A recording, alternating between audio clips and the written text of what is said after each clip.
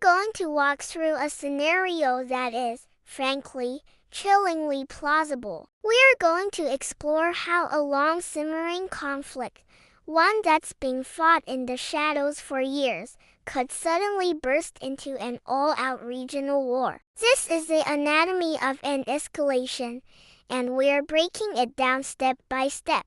So this is really the core question, isn't it? For years, you've had major powers in the Middle East locked in what everyone calls a shadow war. But what happens when the shadows pull back? What's the tipping point that pushes a contained conflict right over the edge into open warfare? That's exactly what we're here to understand. Okay, so first, we need to be on the same page about the starting point, this shadow war. The best way to think about it is like a high-stakes chess match, but instead of chess pieces, you have proxy militias, secret agents, and cyber attacks. It's a state of constant hostility, for sure, but there are these unwritten rules, these lines you just don't cross, to make sure the whole thing doesn't explode. And this right here, this is the core of the friction.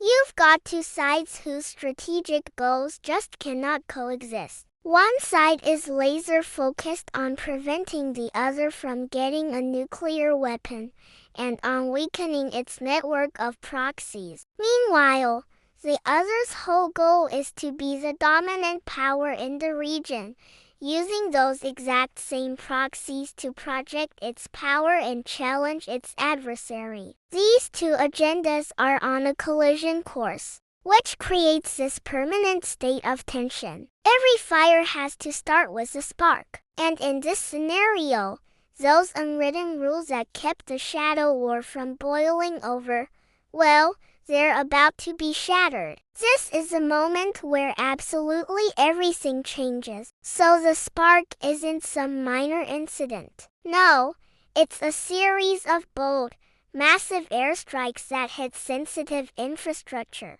This single action drags the conflict out of the shadows and into the open. It's basically a declaration that all the old limits are gone. It's a direct public military move. And an action that bold, it demands an equally direct response. And it's that response that kicks off what's known as the escalation ladder. This is a classic idea in conflict studies. Each side feels like it has to hit back just a little bit harder than the last time. And it leads to this rapid, terrifying, and uncontrolled climb straight towards total war. So let's look at the rungs on this incredibly dangerous ladder. It starts with those major airstrikes. But from there, things intensify, and they intensify fast. The next step up is way more personal, way more provocative. And the final step, well,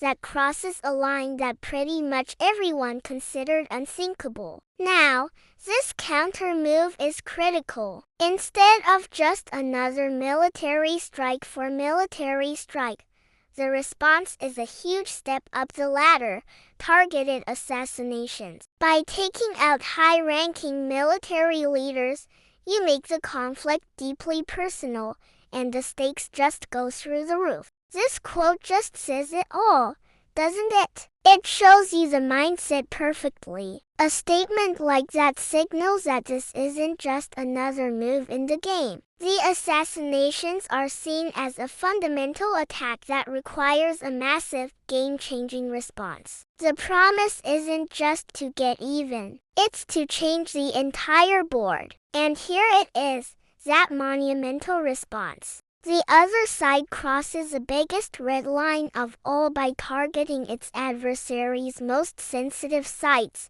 its nuclear facilities. This is the third and most dangerous rung on the ladder. An attack like this pushes the conflict into the realm of existential threats, where the very survival of the state feels like it's on the line. You see, an attack on a nuclear facility isn't just a regional problem anymore. It sends shockwaves across the entire globe.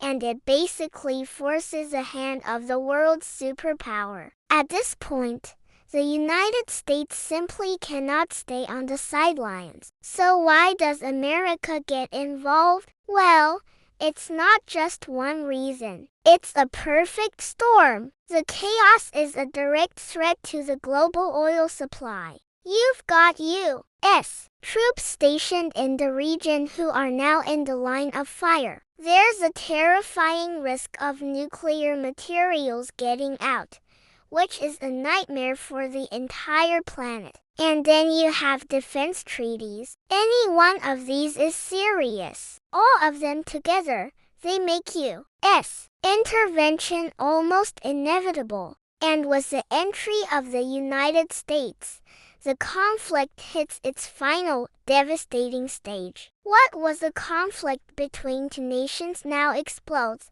creating a true regional wildfire, a crescent of fire. And this is the end result. The intervention of a superpower completely transforms the situation. What started as a shadow war has now sucked in allies, proxies, and other global powers, engulfing the entire Middle East in a massive, devastating regional war. So we've just walked all the way up the escalation ladder from covert strikes to a full-blown regional war. This scenario really just shows how incredibly fragile the balance of power is and how terrifyingly fast a contained conflict can spiral out of control. And it leaves us with one final sobering question. Once a fire like this is lit, how can it ever be put out?